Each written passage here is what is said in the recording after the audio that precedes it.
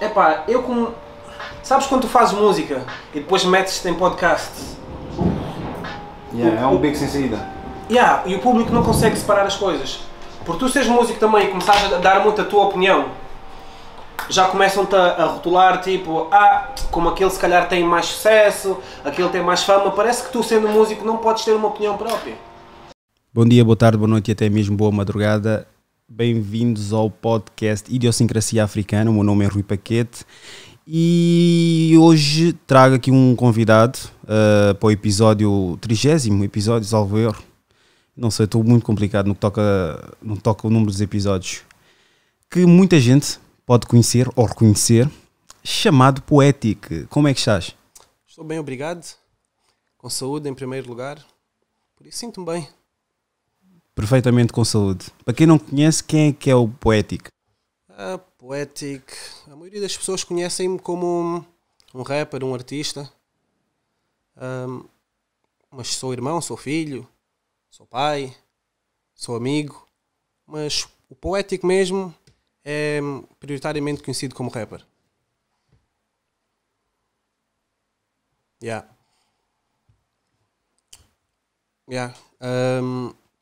Cresci na margem sul, emigrei para a Inglaterra e desde então sempre Inglaterra, Portugal.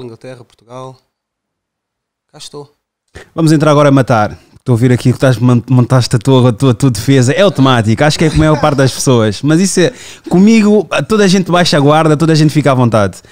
Qual é o teu maior desgosto com o hip-hop neste preciso momento? O maior desgosto é as pessoas não fazerem pela cultura. É fazerem porque encontraram ali um meio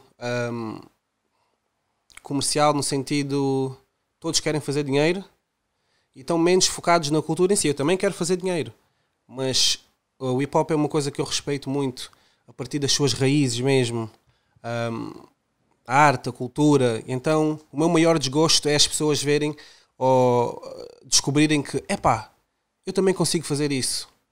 Eu consigo fazer isso e vou conseguir ter meios lucrativos assim, rápido. Então perde-se a essência. Então o meu maior desgosto no momento é esse.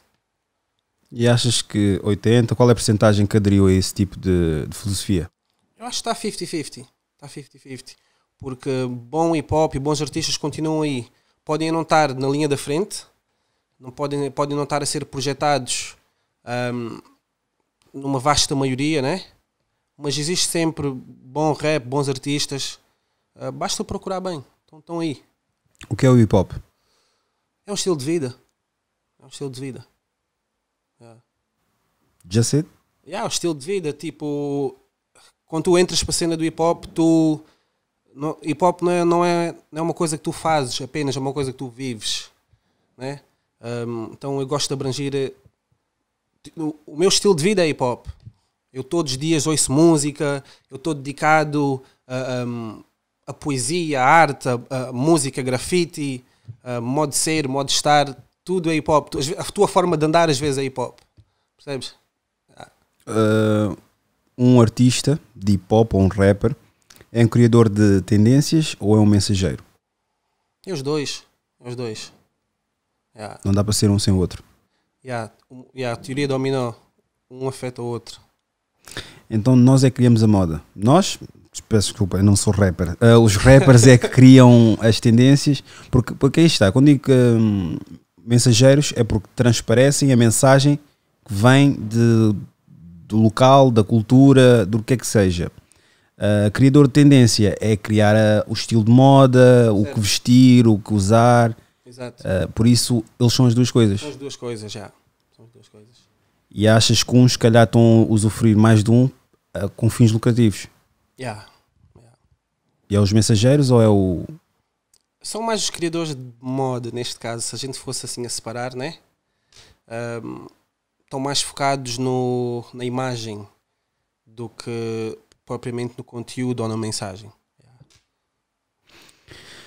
É possível evoluir mantendo sempre o mesmo registro? Essa é uma boa pergunta. Se é possível, eu acho que deve haver sempre uma mudança, uma adaptação, que é para poder também haver progresso. Se ficarmos muito na mesma tecla, acabamos por estagnar e o mundo passa-nos ao lado. Nós estamos sempre ali naquela caixinha de fósforos. Então, de vez em quando, é importante essa evolução. Agora vamos tocar num assunto, pronto, que a ti é muito querido. Ok. Tu adoras o boom bap. Gosto muito do boom bap. Não gostas, tu adoras, tu amas o boom bap. Não, tu amas o boom bap. Porque todos os shows que eu fui ouvir teu é nesse registro, estás a ver? A essência daquele hip hop de 80, não, 90, dos anos 90. Por acaso tem, se calhar os que tu chegaste a, né, dar de caras com, mas faço em todo estilo de beats. Drill não é muito a minha cena, mas boom bap, trap, alguns slow jams, etc. Mas pronto, eu percebi onde tu quiseste chegar. Então estou mal informado. Não estás mal informado. Se calhar foi mais dos vídeos que tu viste. Mas tem mais faixas sem vídeos por aí, etc. Mas eu percebi. Porque há aquela coisa dos rappers do boom bap com os new school que não se identificam. É o trap e não é o trap que deves fazer, é o boom bap. O boom bap soa sempre melhor. Qual é que é a tua opinião no que toca? Isso são cantigas, mano. Isso aí, no que toca aos artistas que são super fiéis ao boom bap, quem é que diz que aquilo é a forma certa de fazer? Tu podes fazer um drill bem feito, tu podes fazer um trap bem feito.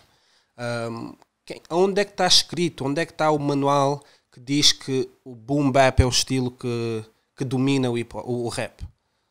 Isso aí foram coisas que os amantes do boom bap foram criando, né? Uma autodefesa. Agora estes aí só querem fazer drill, só querem fazer trap. Mas se for bem feito, qual é o problema? Não há problema nenhum. Uma grande verdade. Há pouco estávamos a falar sobre a questão do freebies. Freebies, porque eu tenho que sempre respeitar todas as pessoas que ouvem. Freebies em português é as borlas. De borla, de graça. As borlas que fazemos na vida, porque estamos acostumados dentro do nosso povo a fazer tudo de borla. Como é? Põe mais uma peça. Como é? É teu também, André. Como é? Mete só aí coisa. Quando estás a ver que o outro tem ali o gerente ou o supervisor que está-lhe a controlar e se for preciso pede o trabalho e o trabalho, a família dele depende daquilo. Exato. Mas fala-me sobre essa mentalidade de borlas que a comunidade africana tem. Não vale a pena vir com conversa. Não é só... Sim, africano mesmo. Sim. Epá, isso aí, sabes como é que é? O pessoal gosta sempre de puxar a brasa para o seu lado, né? Promotores de eventos. Olha, estou a fazer aí um evento e gostaria que tu cantasses, mas não vai dar para pagar. Meu amigo, tu tens contas como eu tenho contas. Ou seja, se não fosse por modos lucrativos, tu nem sequer estavas a cobrar bilhetes para esse teu tipo de evento. Oferecias o evento de borla. Entretanto, tu queres que eu venha cantar no teu evento de borla. Quando, na verdade, por eu estar no teu cartaz, vou ter pessoal que me segue que vai querer vir ao teu evento. Vamos a ver. Eu vou arrastar 10, 15, 20 pessoas. Essas pessoas vão pagar. Essas pessoas dentro do teu evento vão consumir. E estás-me a dizer que não podes pagar o preço mínimo? Queres que eu cante de borla? Estes dias já estão over, my friend. Já mamaste com quantos desses? Vários. No início? No início, vários. No início, aquela cena, aquela fome de querer aparecer, de querer mostrar o talento. Ok, vou aparecer, aquilo vai ser um evento que vai bater, vai ter bué da people. Não interessa se estou a ser pago ou não, o público não precisa de saber, o que interessa é estar no palco, eu quero mostrar o meu talento. Então, fiz isso várias vezes. Mas depois comecei a abrir o olho, né? Quando é que foi o momento de ruptura? Ok, foi um evento que aconteceu em Londres, de Miss Angola UK, onde cantei, na altura estava com o meu grupo que era os Freestyle Family, estava o Prodígio, haviam vários cantores e pediram-nos para cantar de borla e prontos, nós lá naquela altura, ok, está-se bem, queríamos aparecer e na noite do evento nem sequer uma mesa reservada nós tínhamos. E para o público não nos ver, antes da gente subir ao palco, esconderam-nos numa saída de emergência. Estávamos numas escadas de uma saída de emergência e volta e meia um dos promotores super atencioso, volta e meia vinha, perguntava se a gente queria um sumo, uma água, mas nós estávamos todos ali, todos os cantores naquela noite iam subir ao palco, estávamos escondidos numa saída de emergência de umas escadas, onde nem sequer uma mesa reservada a gente tinha. E aí foi mesmo o ponto que eu disse, não, isto aqui é um abuso e é a última vez que eu vou fazer alguma coisa desse género. Yeah. Mas é engraçado, tu estás a rir, mas pronto, é claro que estás a rir porque na altura tu querias partir a boca de toda a gente. Yeah. A minha questão é, tu achas que isso é uma situação recorrente de todos os rappers que nós conhecemos hoje em dia, numa fase inicial? Eu acho que a maioria já passou por isso. Acho que a maioria passou por isso, teve que submeter a engolir sapos e coisas do género. Nesse mesmo evento, por exemplo, nós nem sequer chegamos a fazer mic check, né? Porque estava tudo em cima da hora. Na altura, fui eu mais 2 membros do meu grupo que subimos em palco e só tínhamos um microfone. No momento do evento, então, nós estávamos ali ao lado uns dos outros, como se fosse assim. Um cantava, o outro tinha que estar logo ali ao lado e, epá, foi um desastre. Nós fizemos o melhor que a gente pôde em palco e naquele momento, mas saímos dali, nunca mais mesmo, nunca mais. E interação, porque uma coisa que não se fala, e gostava que falassem mais, porque a malta só gosta de falar a típica conversa, como eu já disse no princípio, quando é que começaste a rimar? Desde criança, papá, mamá. Não falam da rivalidade, não é bem rivalidade, o clash, o grande impacto que existe entre o artista e o promotor. Oh yeah, existe, vários. O promotor quer sempre puxar a brasa para o seu lado. O artista, numa fase inicial, ou por falta de maturidade, por falta de management, né? Acaba por ceder muitas das vezes. Porque o artista pensa sempre numa fase inicial que o mais importante é as pessoas saberem quem eu sou. Que não é mau também, temos de ser sinceros. Não é mau. Mas consoante o tempo, epá, vais amadurecendo, vais vendo, espera aí, as coisas não são bem assim. Eu posso fazer isto, mas ao mesmo tempo estar de olho aberto também. E epá, para muitos de nós, acho que levou algum tempo. Eu sou de uma era que a internet, né, as redes sociais não estavam assim tão predominantes como estão agora. Eu acho que o pessoal que está a começar mais agora tem muito mais informação ao seu dispor do que na altura em que eu comecei e que, para eles, e ainda bem, têm acesso a muita informação que nós naquela altura não tínhamos. Não vou dizer o nome do artista, eu no salão de um amigo meu, um artista começou a falar sobre essa situação e isso é que despertou bastante curiosidade. Ele disse que tinham acertado com o promotor 3 paus. E 3 paus não vale a pena pensar em que 3 paus é bué da guita, 3 paus nem nada. 3 paus nem nada. E lá acho que eram 2 horas, 1 hora e tal, pouco, pronto. Porque estamos a falar da deslocação, estamos a falar da equipa, porque não é só um que vai cantar, é a equipa inteira. Exato. Estamos a falar de acolhimento, tudo mais. E chegou lá, é um rapper bastante famoso e é branco o gajo. Se fazem isso com os brancos... Imagina connosco. E é bastante conhecido ele. Disse que chegou lá, que o promotor disse só tenho aqui 1100. E ele depois disse vou fazer o quê? Já vim até aqui. Complicado. Epá, eu no lugar dele, se eu tinha 10 músicas para cantar, cantava 5. Assim ninguém perde. Estás a perceber? Tipo, ok, era 3 paus, só tens 1500, ok, eu tinha 10 músicas para cantar, canto 5. E se ele começar a chorar e dizer, então, mas pá, podes cantar as 10, vou-te pagar a mesma, não deixei de pagar? É assim, então prontos, para ser bonzinho, canto 6. Nada mais do que isso. Nada mais do que isso. Toma lá da cá. É bem visto, por acaso, agora por aí... Porque eu não vou deixar de cantar, não vou chegar lá e vou dizer não tens os 3 paus, não vou cantar. Foi com eu já ia dizer o nome dele. foi com esse rapper depois disso, porque depois é desiludir os fãs, estás a ver? Tens um compromisso, provavelmente fizeste publicidade do evento, tens pessoal que se calhar veio de longe para te assistir e depois chegas lá a uma grande desilusão. Aconteceu-nos isso, que fomos cantar uma vez ao Porto, fomos convidados para ir cantar a Matosinhos e infelizmente fizemos o soundcheck, tudo espetacular. E na altura mesmo que a noite ia começar, apareceu lá o Azai, porque inspeções para a esquerda e para a direita, e acabaram por terminar com o evento porque disseram que o edifício não tinha água quente. E nós dissemos, mas água quente porquê? Como é que vão lavar os copos, etc. Nós dissemos, prioritariamente por ser um evento de hip hop, os copos vão ser de plástico. Aqui não há coisas que lavar copos, é tudo descartável. Queriam a guita, né? Queriam ser subordinados, melhor dizendo. E nós tínhamos fãs que vieram, seguidores que vieram de Vila Nova de Gaia, de Guimarães, de Braga. Todos os CDs que eu tinha levado e t-shirts para vender, eu ofereci. Isso, digo-te já, isso é saber respeitar o compromisso que as pessoas têm contigo, meu. Exato. Eu estou-te a dizer isso mesmo nos olhos, porque as pessoas sabem, não têm noção de que tu é que depois tens de dar a cara. Exatamente. Por detrás há muita merda, fodem-te completamente, é o dinheiro que te escondem, é a merda do concerto que fica prejudicado. Exato. Mas tu, como tens aquele compromisso e tens o teu caráter de princípios, exato. Porque ao final do dia tu é que vais dormir com essa merda. Exato. E para tu veres que esse convite foi feito para a gente ir cantar em Matosinhos, eu tive que vir de Londres. Naquele caso tivemos que pagar a nossa própria estadia no hotel. A dica foi, vocês pagam a estadia, depois acertamos preços, etc. Aquela conversa de promotores. E a gente aceitou, até porque nunca tínhamos ido cantar ao Porto. Ia ser uma boa oportunidade para a gente cantar ao Porto. E a partir do momento que a gente começou a fazer a publicidade, eu comecei a ver pessoal de Famalicão, boa das zonas, a dizer que a gente quer buscar.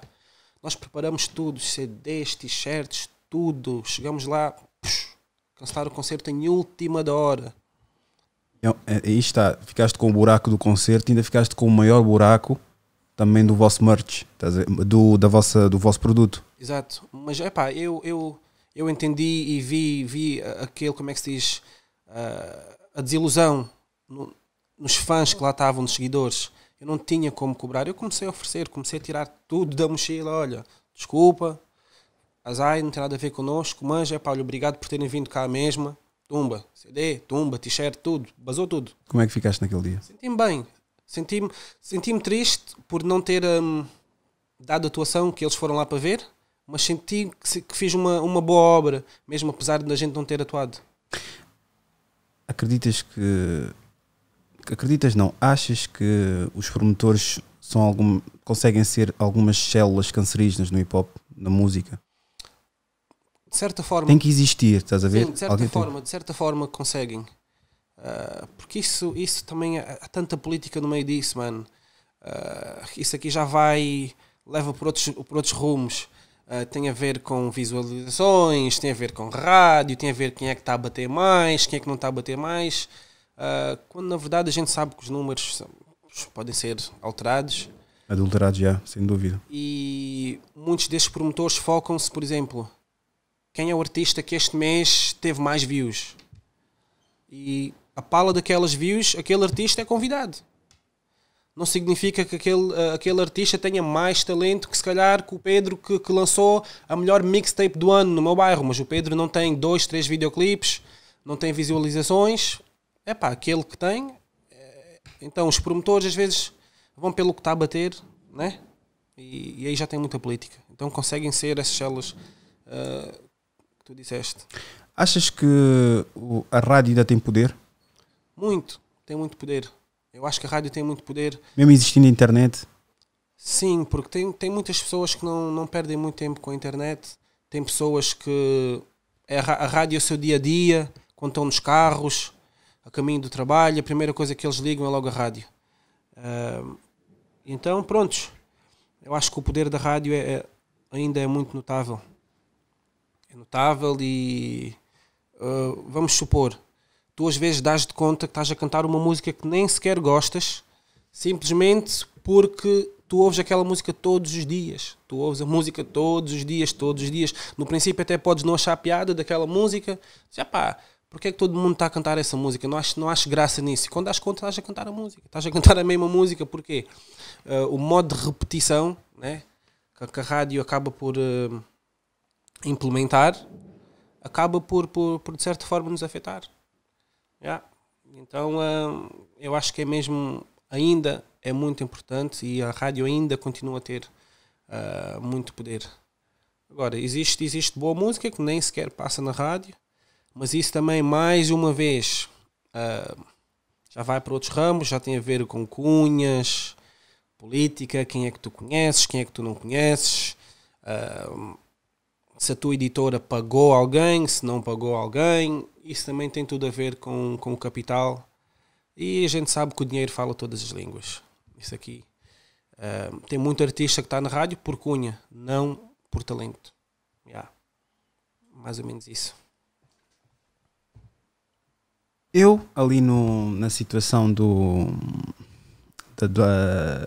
eu gravava antigamente num estúdio, já disse essa história e eu volto a contar.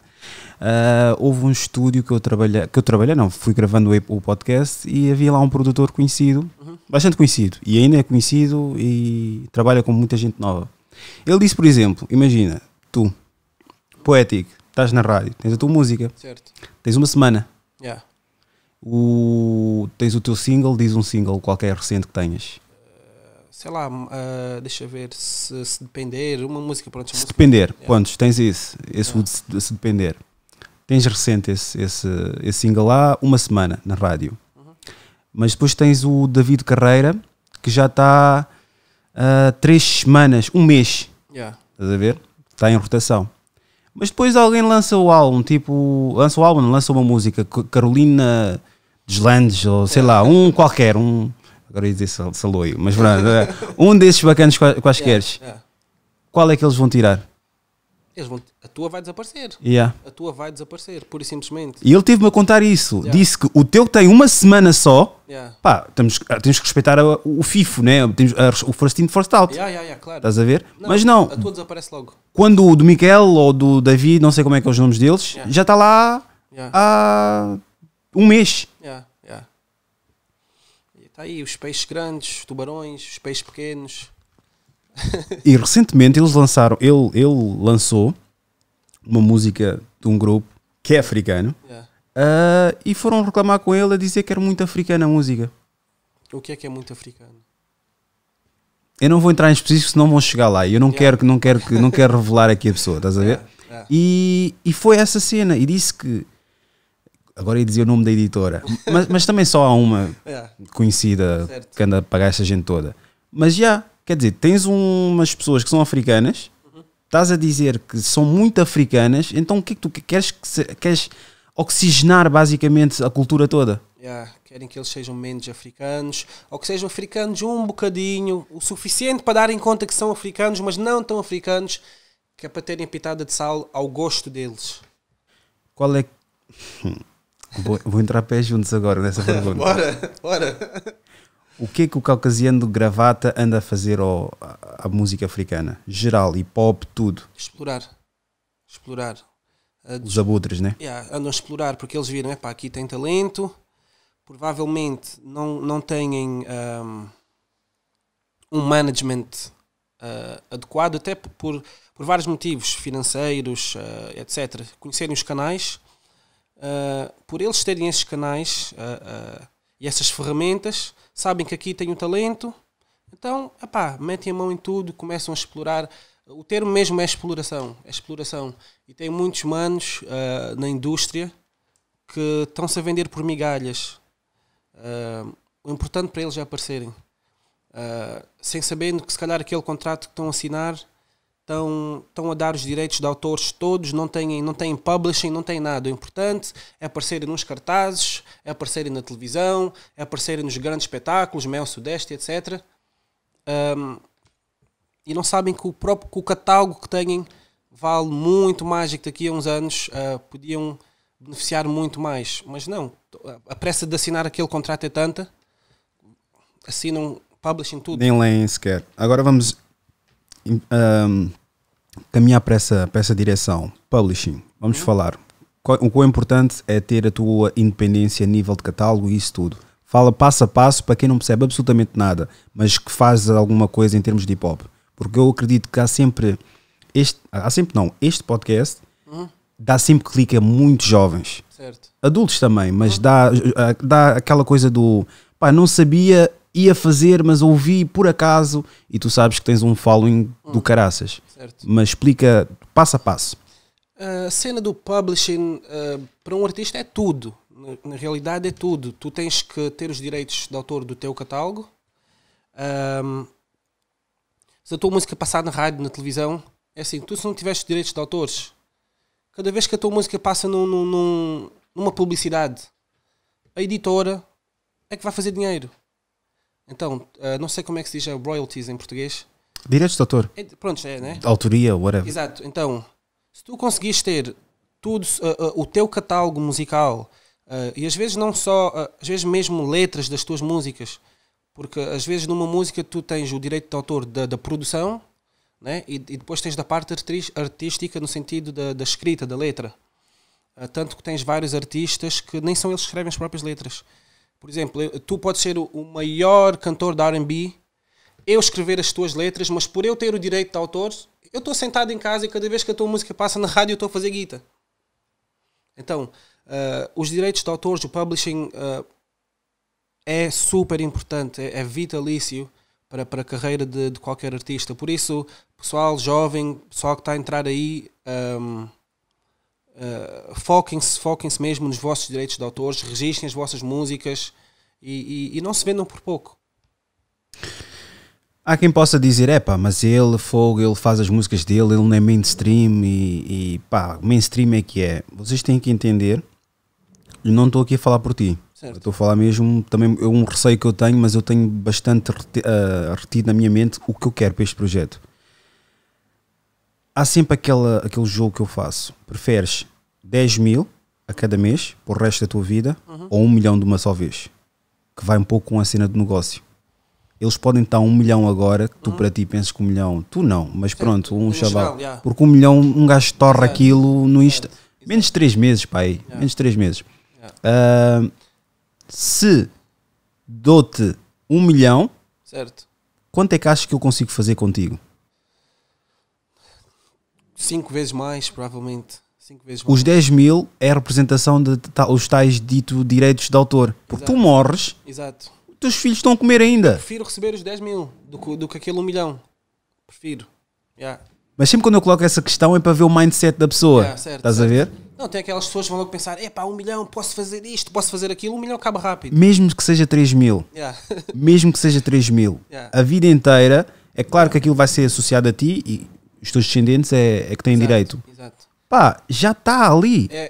Exatamente. É um income que, seja lá o que acontecer, está ali. Com frequência.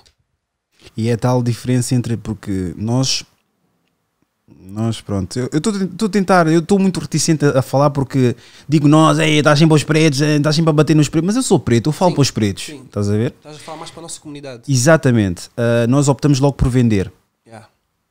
Quando tens um asset, quando tens um ativo, exato, tenta rentabilizá-lo. Mas as pessoas pensam logo no dinheiro rápido. Fala-me sobre isso. Eu acho que isso, por parte, também tem muito a ver com o nosso povo, a nossa comunidade, daqueles que nunca tiveram.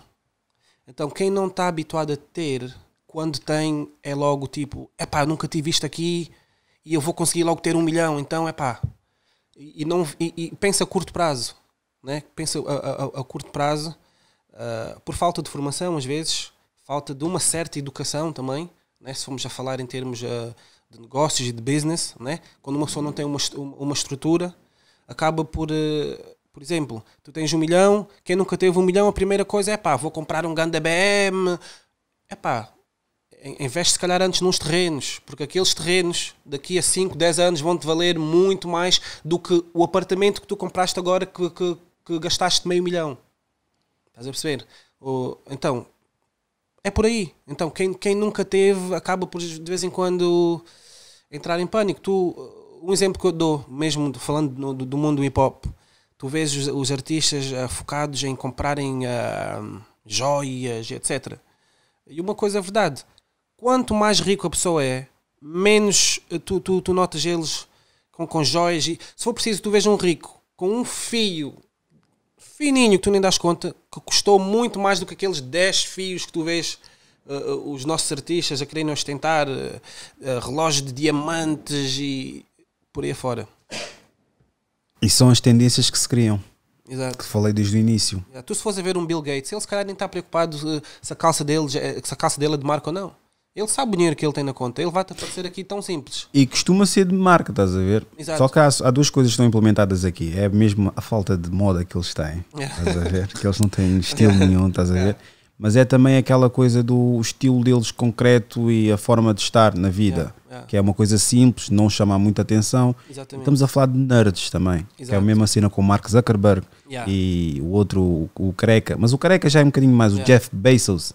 Ele pronto, ele já preocupa-se mais, anda de fato e tudo mais. Mas isso é um mindset que nós temos de nunca termos nada. De não estarmos habituados a ter. Então quando temos é aquele aleluia. E a representação que nós temos também, muitas vezes, são os rappers. Artistas em geral.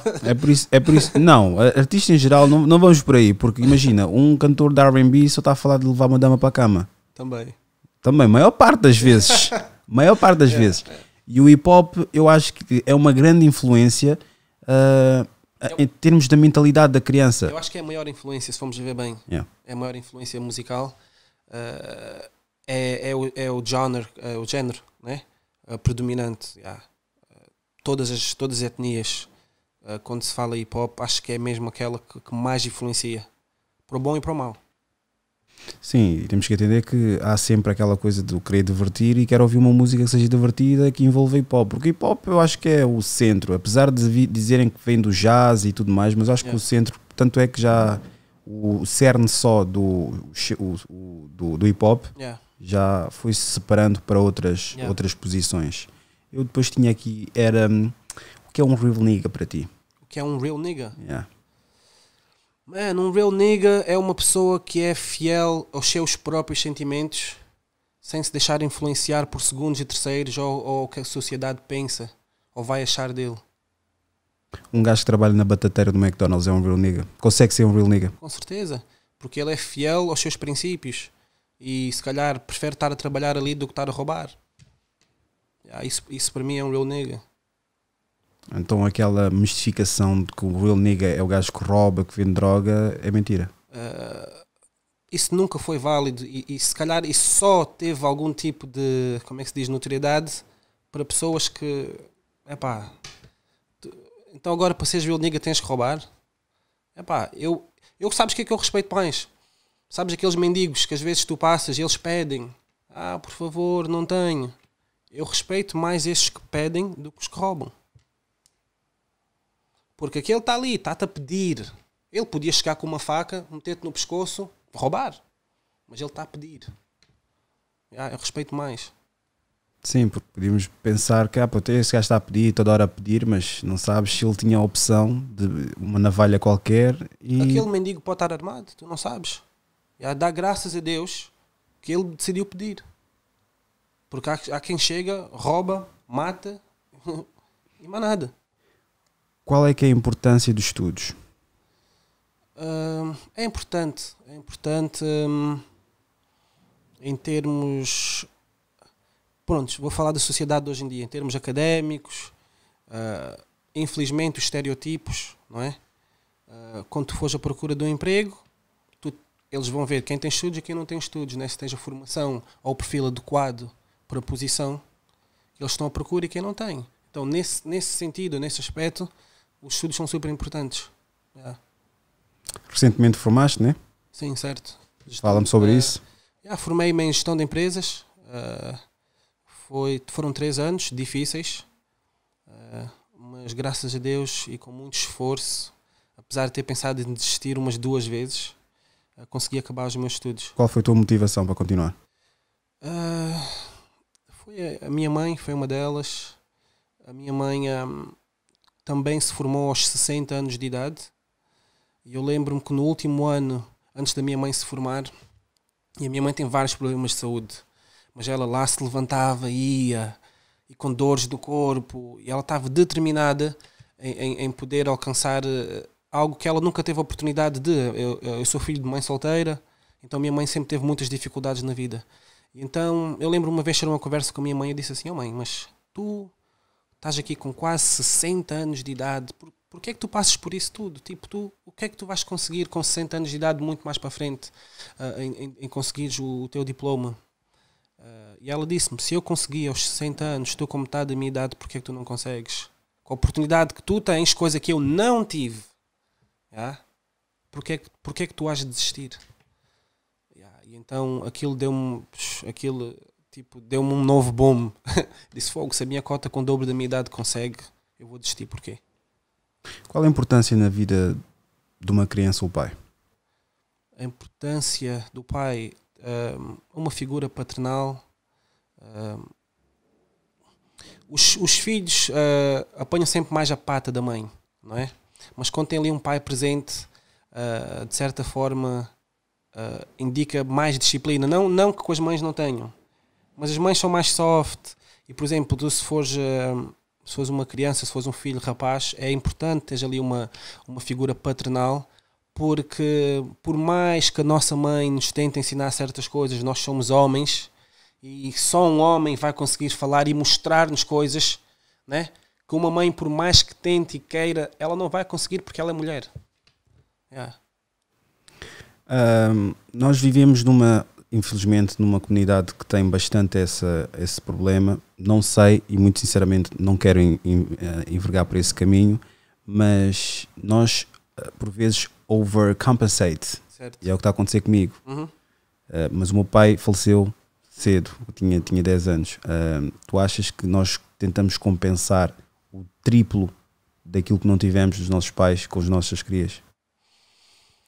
De certa forma, eu também perdi o meu pai, tinha 17 anos, também posso dizer que perdi o meu pai numa altura crucial mesmo. E eu posso dar um exemplo, nisso que tu acabaste de dizer. A gente às vezes, por não ter, a gente depois tenta dar a mais. Eu quando era criança, cresci, só tinha um par de ténis, por exemplo. Tinha um par de sapatos, que era para ir à igreja aos domingos. Tinha um par de ténis para o dia a dia e tinha aquele par de ténis especial que era só para festas e batizados e por aí adentro. O que é que aconteceu? Quando eu cresci, quando eu comecei a ter as capacidades, as possibilidades financeiras, eu não sei se aquilo aquilo ficou no meu subconsciente. O facto de antes nunca ter, eu cheguei a uma altura na minha vida que eu tinha 60 par de ténis. Eu só caçava um de uma vez. Mas eu tinha ali 60. Porquê? Aquilo ficou no meu subconsciente. Tipo, eu antes não tinha. Agora posso ter. Passei a ter a mais. Sem necessidade. Mas foi uma coisa que ficou no meu subconsciente. E isso, em várias formas da vida, acontece com várias coisas. Dou um exemplo de um par de ténis, mas pode acontecer em vários formatos da vida. Eu também passei por isso e as pessoas da escola, os teus colegas também não ajudavam. Yeah. Não ajudavam. É gozar toda hora com esses ténis. Depois um gajo utilizava tantos ténis, depois começavam-se a rasgar, né? Não há tecido no universo que aguenta. Tens que esperar. Ficava a pedir pão, como eles diziam, quando ficava assim, quando abria a parte da frente, como se estigava, está a pedir pão. Mas um gajo andava assim, um gajo não podia. Não compensas em demasia com os teus filhos, ou teu filho, ou tua filha? Não, procuro manter sempre um equilíbrio. Procuro manter um equilíbrio. A minha filha mais velha, por exemplo, vinha de férias cá para Portugal e disse, pai, vou de férias, quero comprar aí uns outfits, umas roupas, etc. Eu disse, ok, tá bom. E ela mandou-me 15 outfits. 15. Eu vi aquilo tudo, disse, calma aí. Não é que eu não tivesse a possibilidade de comprar os 15. Eu disse, olha, tu vais escolher os 5 que tu mais gostas, né? E o papá vai-te comprar. E depois das tuas férias escolhes mais alguns, mas não vais levar todos de uma vez. Tinha a possibilidade de comprar, não comprei. Entretanto, antes dessas mesmas férias, ela queria um par de ténis e os putos parece que não sei. Chegamos lá na loja, ela viu um par de ténis que custava 100 e qualquer coisa. E eu disse, olha, pelo preço desses par de ténis aqui, tu consegues ter 3 pares de ténis. Né? E assim já estás a instruir. Tem que haver um equilíbrio, tem que haver uma certa educação, porque ela tem que saber que uma pessoa não está aqui a bater na pedra e as notas estão a voar. Podia ter comprado aquele par de ténis que custava 160 euros. Entretanto, acabei por comprar um ténis a metade do preço, né? Que é para lhe mostrar que também, e foi também para lhe mostrar que não é quando eles querem e quando lhes apetece, é consoante a nossa possibilidade, consoante o nosso bolso. Então, foi isso que eu fiz. E entretanto, tenho feito isso, tenho tentado manter um equilíbrio, porque às vezes nós, em darmos muito, acabamos por estragar, e os nossos filhos acabam por também não valorizarem muito, porque sabem que se estragar o pai vai comprar, se estragar a mãe vai comprar. Este mês não tenho, mas o próximo mês já vou ter. Então tem que haver sempre um equilíbrio, e é isso que eu procuro fazer. O que é que mudou quando nasceram os teus filhos? O meu estilo de vida mudou. O meu estilo de vida. Fiquei muito mais responsável. Deixei de fazer coisas que fazia. Deixei de perder tempo com coisas menos úteis. Deixei de estar... Não vou dizer que eu sempre tive... Deixei de passar menos tempo no bairro e comecei-me a focar mais em coisas benéficas. Não começaste a ver as pessoas de uma forma estranha? Por isso aconteceu-me. Tipo, por exemplo, não é julgar, calma, não é julgar, cada um tem o seu timing, certo. Mas não viste que se calhar o teu, isso também vai um bocadinho com a mentalidade de cada um, né? Que pela mentalidade também não te revês nas pessoas, certo. Mas no sentido em que essa pessoa ainda não chegou àquele grau. Inconsciente ou conscientemente comecei a fazer comparações com amigos meus que também já tinham filhos, né? E pelo facto de eu me preocupar bastante com as minhas responsabilidades e às vezes ver amigos meus completamente free de responsabilidades paternais que deviam ter, eu comecei a olhar e dizer assim, mas fogo, eu até sou um bom pai, porque se for a ver, este aqui não ajuda, este aqui não dá atenção. Então, tu não tem como não comparares, né? E que fique presente aqui que ninguém está a comparar, ninguém está a julgar ninguém. Exato. Isso porque mesmo essa pessoa que está-nos a criticar ou pode criticar-nos por estar-nos a dizer isso, ela própria também o faz. Exato. Porque isso é involuntário. Exato, é verdade. E a tua sanidade mental, o que é que mudou? O que é que mudou? Amadureci e podia não ter sido o caso. Não é o facto que acontece, é verdade. Acontece muitas vezes, pode ser uma carrada de filhos e continuar aquela mesma pessoa, whatever. Tenho bastantes conhecidos e amigos que são pais, mas continuam na vida, né? Está com a mãe cuida, etc. Né? Eu cresci, eu creio que cresci, o meu nível de responsabilidade aumentou, e eu nunca quis que tipo... nunca quis deixar o peso total, tipo, com a mãe dos meus filhos, neste caso. E porque não deve também, né? Exatamente. Porque é 50-50. Não foi assim que eu fui criado, não foi assim que eu fui educado, e sendo filho de uma mãe solteira, eu sei as dificuldades que as mães solteiras passam. Acreditas que nós todos tenhamos um trauma ou sejamos traumatizados? Todos? Não diria todos traumatizados, porque tu tens aquelas crianças que crescem com o pai, com a mãe, sempre tudo foi muito perfeitinho, crescem bem, não têm razões de queixa, né? Agora, se formos a falar de crianças que cresceram em meios onde havia violência doméstica, abusos verbais, mães solteiras, às vezes pais solteiros também, relacionamentos super tóxicos, eu acredito que todos crescemos com um certo trauma. Porque às vezes eu dou por mim e fico a pensar, será que é possível uma criança crescer sem trauma? Eu acho que é possível. Sem nenhuma mazela? Porque há sempre aquele nicho, há sempre aquela coisinha que marca-te para o resto da vida. Muitos podem não ficar a saber, mas tu tens aquilo. Não, pronto, vendo por esse lado, eu acho que pode acontecer com todos. Pode acontecer com todos, sim. Porque obviamente tens os mais impactantes, que é a violência doméstica, o uso de drogas e tudo mais, né? Que a criança não deve assistir, mas assiste. Mas há sempre aquelas coisas que as crianças estão sujeitas, mas os pais não ficam a saber, ou mesmo na família acontece. Isso é muito mau. Qual é o problema para ti, quais são os maiores problemas de andar em grupo ou essa coisa dos grupos? O maior problema é que se tu não fores uma pessoa de caráter forte, identidade própria, o maior problema acabam por ser as influências. Por exemplo, eu sempre cresci em certos meios, cá em Portugal, na Margem Sul, sou de um bairro que é o Miratejo, Bairro de delinquentes, bairro de quês. Mas eu sempre andei na linha. A minha cena era jogar a bola, sempre tive a minha educação.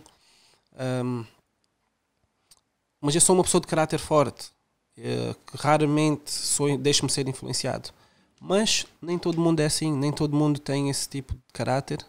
E os grupos conseguem influenciar muito. Eu cresci nesse meio, nunca bebi, nunca fumei. E o que não me falta são amigos à volta, gansados e bêbados. Mas estás a dizer uma grande verdade, porque eu me revejo também nessa situação, porque também é difícil não se rever quando vives num bairro. Vejo que há muitas pessoas que também andavam num grupo e andam ainda, falam entre eles, certo, e criam aquela coisa de vou fazer o que os outros estão a fazer, porque é isso que está na moda, isso é. Mas às vezes aquele alicerce que é a educação que os teus pais te dão, estás a ver? É isso que salvaguarda-te. Porquê? Acontece o seguinte, dizem assim, tu pensas na tua cabeça, estes gajos conseguiram isto e conseguiram conquistar aquela rapariga. Mas depois vais a pensar, oxa, mas também ir de cana e não poder ir ao McDonald's, estou a falar naquela idade. Exato. Não, eu assim que eu pensava, não posso ir ao McDonald's, não posso ir ao KFC, não posso ir ao Colombo apanhar ou coisa.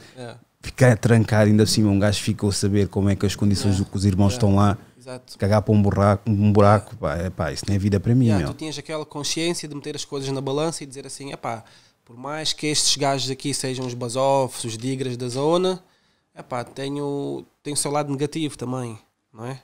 Então tu tiveste essa consciência, mas muitos não conseguem ter. E depois entram no sistema. Quando digo no sistema é aquele ciclo vicioso. Sai, mas como já tem aquele cadastro e a única coisa que soube fazer foi mesmo vender, roubar, o que quer que seja. Eu não consigo também os condenar, estás a ver? Porque é uma escapatória que encontraram. Exato. Não é digna, neste caso não é legal. Certo. Mas o que é que eu posso mais dizer? É a saída que encontraram. Falta de instrução, famílias destruturadas. Exato. Cada um com as suas dificuldades, não é? Cada um com as suas opções, cada um com as suas escolhas e com as suas consequências. Muito, muito importante isso. Continua, desculpa. Não. Às vezes querer o mais fácil, né, nem sempre é o mais correto. Eu, por exemplo, sempre fui mais daquela, vou trabalhar, não tenho hoje, vou juntar mais uma beca o mês que vem, vou conseguir obter o que eu quero, mas de consciência tranquila. Amigos meus já não pensavam da mesma forma. Eu quero hoje, é hoje. Eu sei que se eu fizer isto aqui desta forma ilegal, eu vou conseguir obter hoje, né? Com o risco de uma certa consequência. Se correr bem, tudo muito bem. Se correr mal, olha. E normalmente são duas consequências que não são nada boas. Ou é morte ou prisão. Exatamente. E depois morte. O problema é que mesmo se fores de cana, a tua família toda vai de cana contigo. Exatamente. Tu acabas por estragar a vida de muitas pessoas. E às vezes manos metem-se em encruzilhadas que acabam às vezes por tirar a vida de outras pessoas, não é? E tu não tiraste só a vida daquela pessoa, tu estragaste a vida de uma família inteira, se for preciso. Eu conheço uma pessoa, as pessoas que conhecem, que crescemos juntos, vai saber quem é que eu estou a falar, mas pronto, eu conheço uma pessoa que caiu nesse ciclo vicioso, mas que também estava nesse andamento. E um dos episódios, a mãe foi-lhe buscar à esquadra, e na esquadra, pronto, deu-lhe os tabefes que as mães dão, estás a ver, que é mesmo bem dado. Depois foi, pronto, continuou nessa vida e eventualmente foi de cana. E se calhar era boa pessoa e tudo. Sim, era um bom chaval, só que, no entanto, a mãe dele faleceu, ele estando de cana. Então isso foram remorsos, né? Acho eu. Eu acredito que sim, porque entretanto também ele saiu, mas aí já saiu, as tragédias têm uma forma peculiar de impactar na vida das pessoas. Aí já entra o caráter ou a personalidade forte que tu acabaste de dizer. Certo. Porque imagina que eu sou fraco, a minha personalidade tem uma personalidade fraca e tu tens uma personalidade forte. Certo. Acontece uma tragédia. Ou viras para um lado ou viras para o outro. Ou aquela tragédia vai-te fazer abrir os olhos de vez, vai-te cair a ficha e vais dizer assim, fogo, minha mãe educou-me desta forma, minha mãe agora já não está aqui, está na altura de mudar, podes virar para esse lado. ou podes virar tipo, epá, a pessoa que me podia dar um travão também já não está aqui, por isso, whatever. Isso é bué triste, meu. Yeah. Isso é bué triste. Yeah. Já saiu, já entrou, já saiu outra vez e depois, quando tens esses reincidentes, pá, nunca é tarde para recomeçar, estás a ver? Muitas das vezes o que acaba por acontecer é porque no entra e sai, acabas por ficar tão confortável lá dentro que vira um hábito, tu sentes-te mais confortável, epá, é triste dizer isso, mas sentes-te mais confortável lá dentro do que possivelmente cá fora, principalmente aqueles que ficaram muitos anos, sentem uma dificuldade em se inserirem perante a sociedade e, epá, eu ali estou bem, já sei o que é que a casa gasta, conheço os cantos da casa. Aqui sou olhado como um recluso, sou um criminal e depois pensam que todo mundo olha para ti de uma certa forma, quando às vezes não, se calhar. Mas o teu subconsciente... Isso é o que eu ia dizer. Muitos deles saem já com aquela mentalidade que as pessoas estão todas... Eles próprios me disseram, certo. 2 deles disseram que saíram e quando as pessoas olham... Eles saíram já com essa mentalidade, que as pessoas estão todas a julgar. Olhavam para ele a julgar. A paranoia é super. E um deles, que agora pronto tomou o rumo e etc., ele disse que havia pessoas lá dentro, que é exatamente como tu disseste. Estamos a falar porque conhecemos pessoas, estás a ver? Muito próximas. E a cena dele foi que ele teve de dizer que havia pessoas lá dentro de cana que estavam bem de cana, que saíam, como não conseguiam integrar na sociedade ou não se davam bem, não tinham onde cair mortos, estás a ver? Roubavam uma porcaria qualquer e iam de cana outra vez. E lá sentiam-se confortáveis, não vou dizer bem porque ninguém nunca está bem, mas confortáveis ou num meio que conhecem.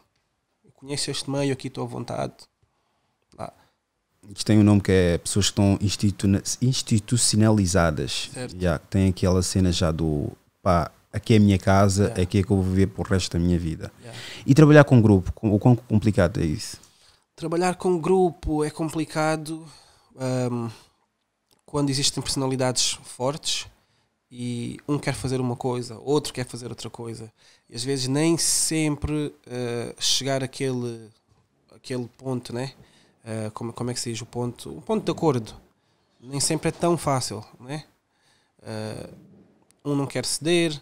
Por exemplo, vamos supor que eu e tu fazemos parte de um grupo. E vamos supor... diz-me um artista que tu curtas, de hip-hop, que tu ouças. Ok, Tupac Shakur, né? É o number one. Prontos. Vamos supor que tu queres fazer uma faixa com o Tupac. E eu não gosto do Tupac. Então nós temos um projeto em grupo para lançar. E o meu ego vai superar a minha inteligência neste caso. Porque eu sei que se a gente fizesse uma faixa com o Tupac ia nos dar um boom. Mas o meu ego vai superar a minha inteligência. Eu não vou dizer, eu não gosto do Tupac, então a gente não vai... Eu não sou apologista dessa faixa. Então um artista num grupo pode querer trabalhar com um artista, o outro não quer. Tu gostas, eu não gosto. Vamos chegar a consenso. Isso foi um exemplo, não é? Tu queres fazer o videoclipe de uma forma, queres 3 mulheres no videoclipe, eu estou num outro estado da minha vida, estou com, sei lá, estou noutra fase. Sim, eu estou a perceber perfeitamente. Já não quero raparigas com biquínis no videoclipe. Quero uma mulher bem vestida, uma forma mais clássica. Mas não, esta música requer 3 raparigas de biquíni. São pequenos exemplos. Então, trabalhar em grupo, quando estão na mesma sintonia, espetacular. Mas chega sempre uma altura que depois cada um começa, não é?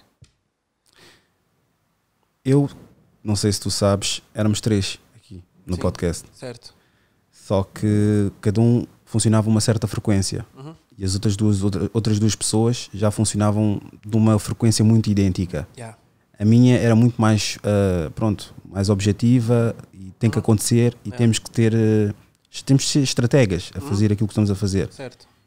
As outras 2 pessoas era mais no relaxo, mais tranquilo, eu quero que seja, estás a ver? Era mais por impulso, enquanto tu já tinhas uma estratégia. Exatamente. E eles, por acaso, no que toca ao decidir, eu decidia as coisas e eu tomava partido, fazia run by them, estás a ver? Claro. Continuo a falar com eles para chegarmos a um consenso, mas o desinteresse também é uma das coisas prejudiciais.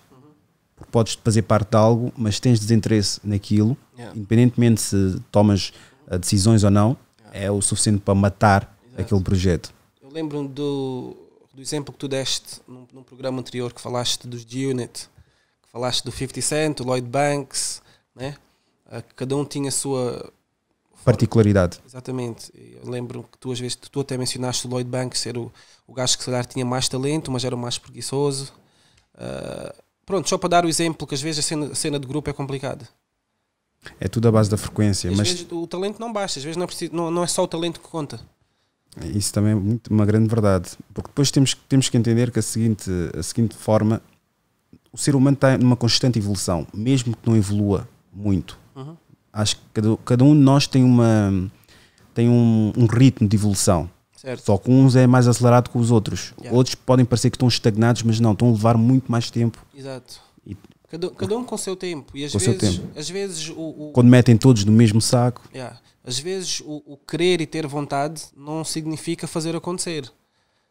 Por exemplo, num projeto eu posso querer ter vontade de fazer, mas ter um gajo muito mais objetivo e dizer assim, ok, eu sei que tu queres isto, mas nós temos que jogar com as cartas que temos. Então não vamos ficar estagnados só porque tu queres isto, que ainda não temos a possibilidade. Então vamos mãos à obra com o que a gente tem. Foi o que aconteceu comigo. Yeah. Eu sei que estás a falar de uma forma mais pessoal, né? Mas eu fiz exatamente com a situação. E pronto, respeito também. Queres outro caminho, eu estou a traçar este meu caminho. Exato. Pá, cada um, saúde para a família, saúde para ti. Exato. E eu continuo a minha jornada. Exato. O quão prejudicial é viver fora de Portugal e fazer hip hop tuga?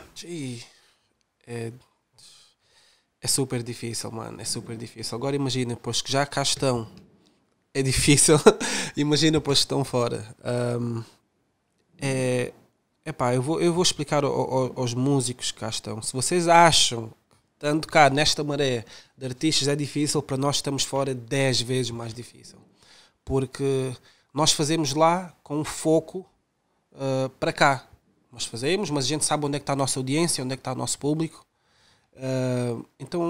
Mas somos vistos de certa forma como outsiders. Vai haver um concerto aqui em Cascais, por exemplo. Eles podem saber que o Poetic, até gostamos da música do Poetic, o Poetic é bom, tem uma certa audiência, mas o Poetic está em Londres. Eu vou ter mais custos com o Poetic. Então, em vez de chamar o Poetic que está em Londres, eu vou chamar o Nameless que está aqui em Massamá. Então, tudo afeta, mano. Afeta em tudo. Houve vários concertos que uma pessoa acabou por não aparecer por estar na diáspora. Eu sei que se estivesse mais no terreno, com mais facilidade, se calhar aparecia em mais shows, mais concertos. O que é que falta para desmistificar isso? Falta o pessoal... O que é que precisamos? Eu acho que os tais promotores, os tais organizadores de eventos, no sentido de tu tocares estando a fazer música fora do país, olhar pelos os artistas que estão na diáspora, não é? E deixarem de nos ver como outsiders. Porque nós podíamos ter chegado na diáspora, esquecer o rap na língua lusa, representarmos em outro idioma, né? Mas nós não. E irão os vendidos. Esses são os vendidos. Mas não. Nós estamos na diáspora, nós continuamos a representar o hip-hop luso, não é? Continuamos a erguer a bandeira para ainda, mesmo assim, sermos olhados e vistos como outsiders. Então, eu acho que devíamos ter mais crédito no sentido, este gajo está fora, mas mesmo assim ele não esqueceu a cultura. Mesmo assim, ele ergue a nossa bandeira. Eu acho que nós devíamos ser olhados mais por esse lado do que, estes estão lá fora. Estão lá fora 10 vezes mais difícil para nós.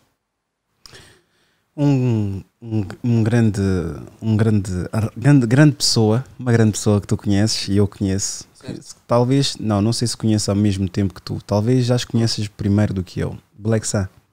Certo, Black Sun, grande brother. Grande brother. O gajo, olha, é uma pessoa que, digo-te já, foi gozado. No sítio onde eu conheci, na zona, não vou dizer o nome, mas pronto, onde ele viveu e eu vivia e conheci lá, por gostar de fazer aquilo que gosta. E andar vestido da forma que andava vestido, estás a ver? O baggy jeans, estás a ver? E tudo mais. Mas eu posso dizer que eu vejo a felicidade dele naquilo que faz.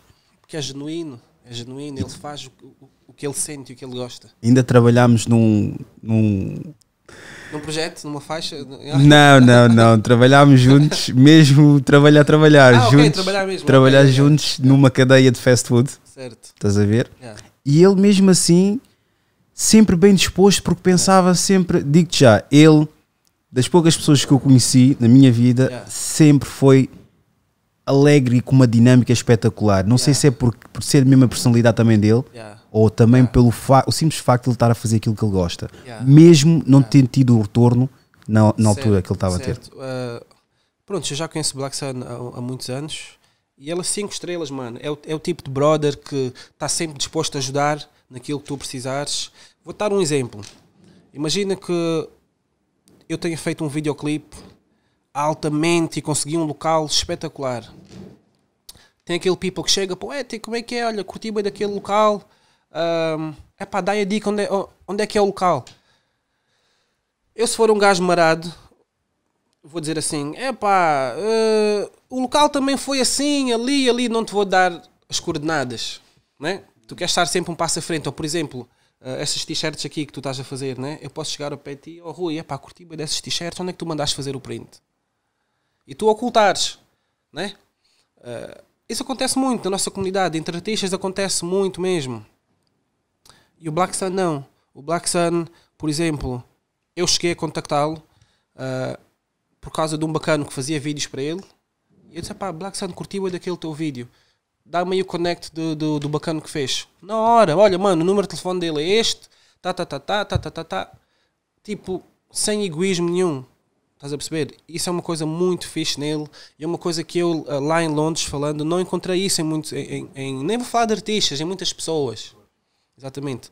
E por acaso, neste meu CD aqui, Versus Elite, eu tenho uma faixa onde eu por acaso utilizei o nome do Black Sun numa referência, numa rima que eu fiz. Eu vi.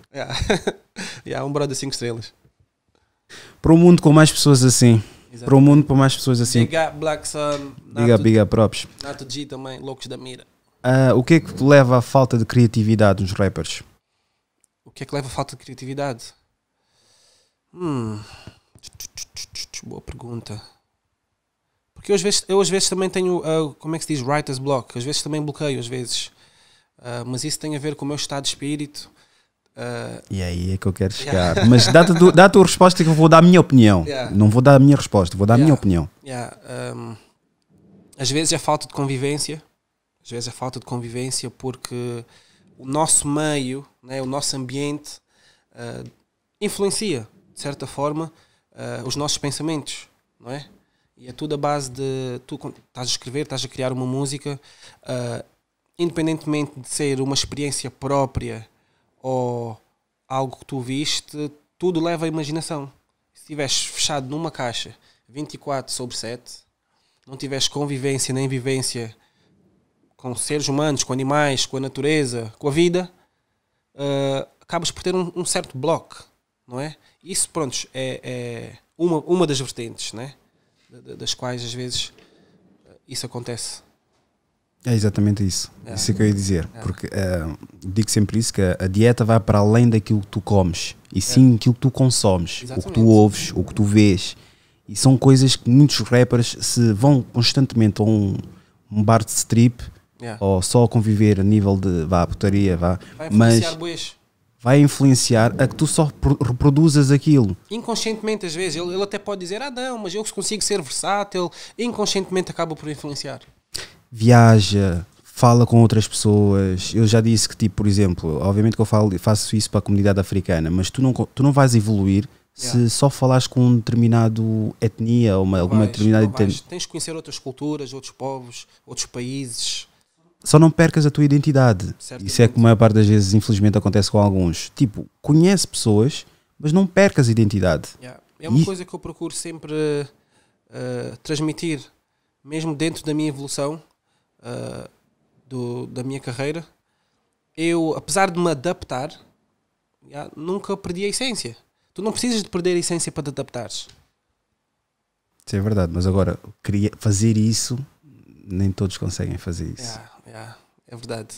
Muitos perdem por dinheiro, muitos perdem por conveniência, muitos perdem porque, pronto, identificam-se com aquele período de tempo E é isso eu recomendo, não tomes decisões permanentes para situações temporárias. Exato. No que toca aos artistas, às vezes acaba por acontecer com aqueles que estão atrás do que está a bater. Epá, este estilo aqui está a bater, eu vou fazer este estilo. Amanhã o próximo estilo está a bater, eu vou fazer aquele estilo. E isso não tem nada a ver, eu quero frisar aqui, não tem nada a ver com a capacidade de tu conseguir ser um artista versátil. Tu podes ser um artista versátil, tu podes fazer estes estilos todos sem perderes a tua identidade. Eu amanhã, se decidi fazer um drill, eu vou fazer um drill. Não quer dizer que eu perdi a minha identidade.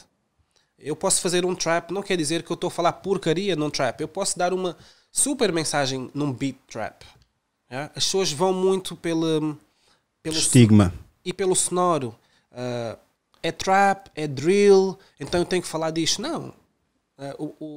Para quem dá importância ao conteúdo, não é não é a sonoridade, não é o tipo de beat que vai me deixar com que eu não passe uma mensagem. Eu posso cantar no drill mais recente que tiver saído e mesmo assim deixar uma mensagem. Última pergunta. Certo. Eu tenho uma pergunta de saída, né? Mas tenho uma última pergunta, que esta aqui... Já estamos na última. É perfeita. Ok. Qual é o plano de reforma de um rapper? O plano de reforma. É assim, que se tu fores um rapper inteligente, tiveres sido sucedido na tua carreira, se tiveres o teu publishing, mais uma vez, em dia, ter as tuas royalties, tu vais querer duas coisas. Tu vais querer que a tua mensagem prevaleça, que a tua música tenha longevidade, seja uma música não de momento, uma música que possas tocar daqui a 5, 10, 15 anos. E se tiveres, como eu disse, o teu mindset, o teu business no lugar, tu vais saber que através dessa mesma música que das músicas que tu conseguiste criar, tu vais conseguir ter um income.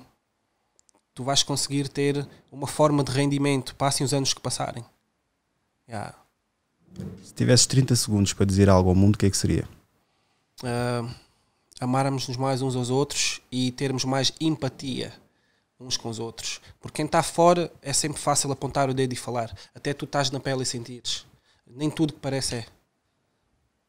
Muito obrigado, Poético. Obrigado eu. Se tiveram um momento de epifania, acharam-nos pessoas inteligentes, intelectuais, estão corretas. Se por outro lado acharam-nos burros e ignorantes, sem qualquer tipo de noção, estão também completamente corretos. Isto foi Idiosincrasia Africana. Muito obrigado por ouvirem.